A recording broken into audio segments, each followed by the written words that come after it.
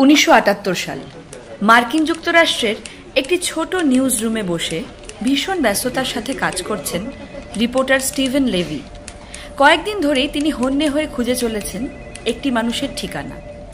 অবশেষে প্রিন্সটন হাসপাতালের পুরনো রেকর্ড, বিশ্ববিদ্যালয় আর্কাইভ সব ঘেঁটে তিনি বের করেন থমাস হার্ভের বর্তমান ঠিকানা। কানসাসে একটি অচেনা শহর উইচিটা, সেখানেই বর্তমানে থাকেন হার্ভে। তাকে এই মুহূর্তে ভীষণভাবে প্রয়োজন লেভির, কারণ লেভি যে নিউজ পেপারের সাথে যুক্ত তার সম্পাদক একটা অদ্ভুত কথা বলেছেন তাকে। বিখ্যাত বিজ্ঞানী আইনস্টাইনের মৃত্যুর পর তার শেষকৃত্য যখন সম্পন্ন করা হয় তখন খুব সম্ভবত তার মস্তিষ্ক সেখানে ছিল না। তবে সম্পাদক মহাশয় এ ব্যাপারে নিশ্চিত নন। তিনি এই ব্যাপারটা নিয়ে অনুসন্ধান করতে বলেছেন তরুণ সাংবাদিক লেভিকে। কিন্তু প্রশ্ন হল, আইনস্টাইনের মস্তিষ্কের সাথে থমাস হার্ভের কি সম্পর্ক? 1955 সালের 18 এপ্রিল সকালে প্রিন্সটন হাসপাতালে মৃত্যু হয় বিশ্বের সবচেয়ে বিখ্যাত বিজ্ঞানী অ্যালবার্ট আইনস্টাইনের। তার দেহের অটোপসির দায়িত্বে ছিলেন প্যাথোলজিস্ট ডক্টর থমাস হার্ভে। কিন্তু অটোপসি শেষ হতেই তিনি এক চমকপ্রদ কাজ করে ফেলেন। আইনস্টাইনের মস্তিষ্ক বের করে নিজের কাছে রেখে দেন। তার সঙ্গে তিনি চোখও বের করে নিয়েছিলেন।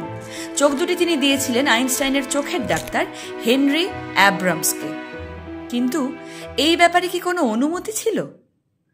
কোনো সরকারি অনুমতি ছিল না, পরিবারের সম্মতিও নয়। তাহলে আসলে এই ব্যাপারে সরকারি অনেক নথিও মিসিং। তাই কার অনুমতিতে এই ময়নাতদন্ত সংঘটিত হলো বা কেনই হলো, সেই ব্যাপারে রহস্যই রয়ে গেছে।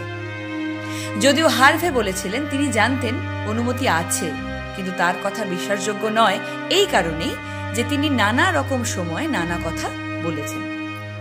তিনি যদিও দাবি করেছিলেন গবেষণার উদ্দেশ্যেই তিনি এটা করেন, তবে বিনা অনুমতিতে এটা করা মানে চুরি করা।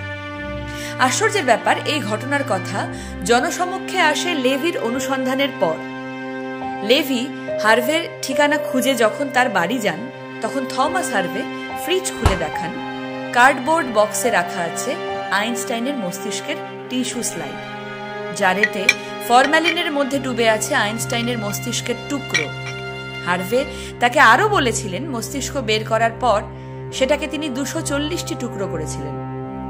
গবেষণার জন্য বহু বিজ্ঞানীকে সেই টুকরো তিনি দিয়েছিলেন এবং বাকিটা নিজের কাছে রেখে দিয়েছিলেন। উদ্দেশ্য ছিল আইনস্টাইনের মস্তিষ্কে অ্যানাটমি বিশ্লেষণ করে দেখা তার মস্তিষ্কে কি এমন ছিল যে তাকে সকল বিজ্ঞানীর মধ্যে শ্রেষ্ঠ করে তুলেছিল। লেভির বক্তব্য প্রকাশিত হতেই সারা বিশ্বে আলোড়ন পড়ে যায়।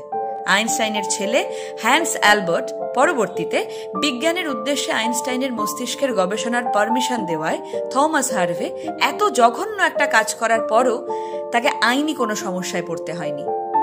তার প্রিন্সটন হাসপাতালের চাকরি এই ময়নাতদন্তের কিছু বছরের মধ্যেই চলে যায়, কিন্তু ঠিক কেন চলে গিয়েছিল সেই ব্যাপারে পরিষ্কারভাবে কিছু জানা যায়নি। একজন মানুষ একা হাতে চাকরি না থাকতেও বহু বছর ধরে পৃথিবীর সবচেয়ে বিখ্যাত মস্তিষ্ক লুকিয়ে রেখেছেন। হার্ভে বলেছিলেন তিনি এটা বিজ্ঞানের জন্য করেছেন। সত্যি নাকি এটা ছিল আত্মগরিমা আর এক ধরনের অদ্ভুত অধিকার বোধ?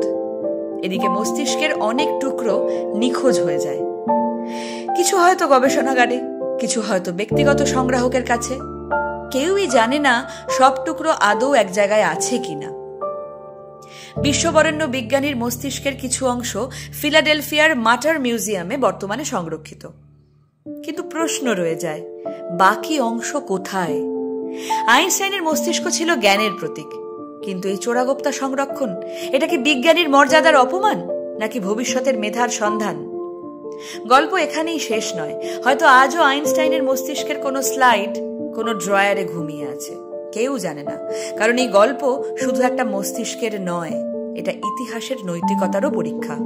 এই ঘটনা আমাদের মনে একটা প্রশ্ন তুলে দিয়ে যায়, বিজ্ঞানের নামে কোনটা ঠিক আর কোনটা অন্যায়।